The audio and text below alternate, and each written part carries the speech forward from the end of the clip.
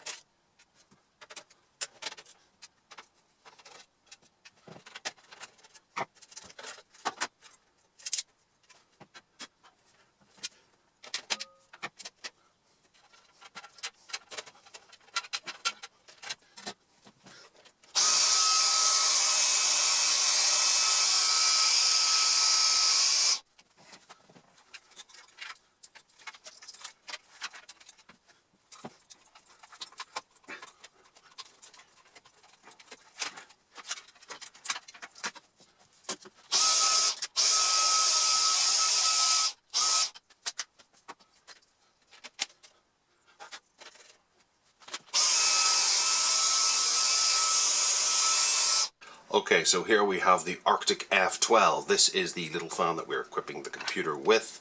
It has a 6-year limited warranty on it. There is a QR code there if you want to find out more information on this. It's really cheap. I got a bundle of 4 of them for about £12. And we'll give you some information on this side. There's the impeller diameter is 120 millimeters.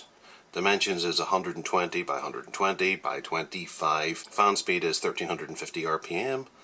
And there's airflow. It's got fluid dynamic bearings. There you are there. Specially hardened plate for low friction. Impeller, high precision bearing and lubricant. Sounds awfully exciting for a fan, but it's a fan nonetheless, and this kind of architecture is important. Inside the box we have the fan. We have some screws. Note these are very light steel, so you can put them in and take them out again, and that's pretty much it.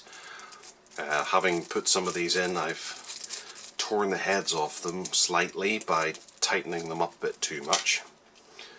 The fan itself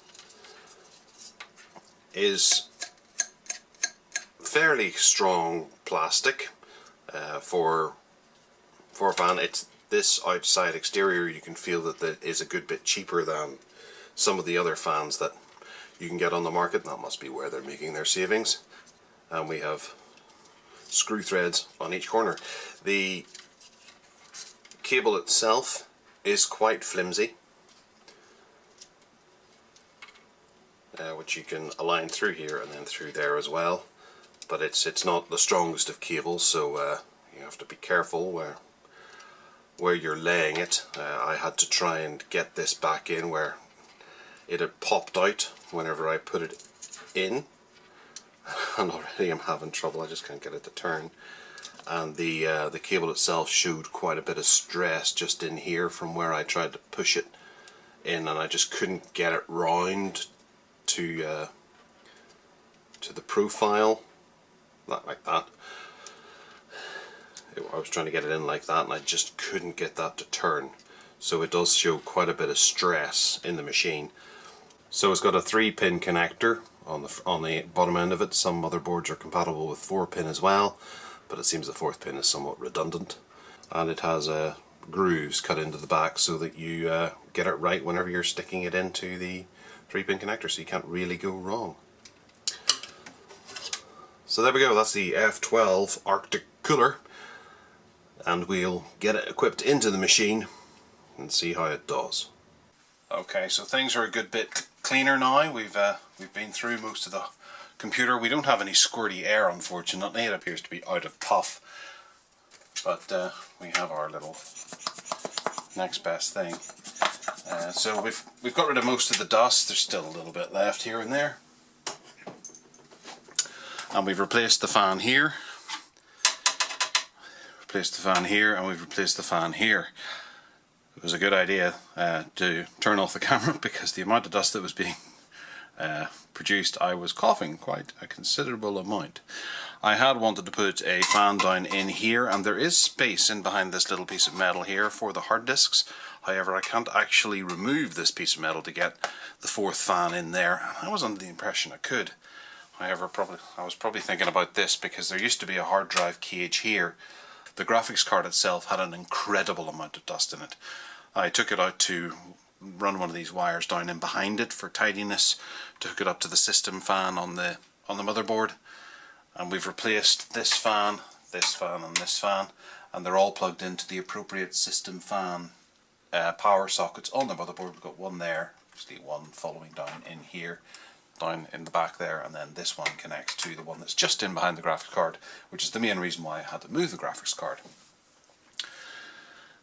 This was pretty much dust free, which I was really impressed with, to be honest. This has been on since the machine was built a couple of years ago, and there's virtually no dust in there at all. I think that's incredible.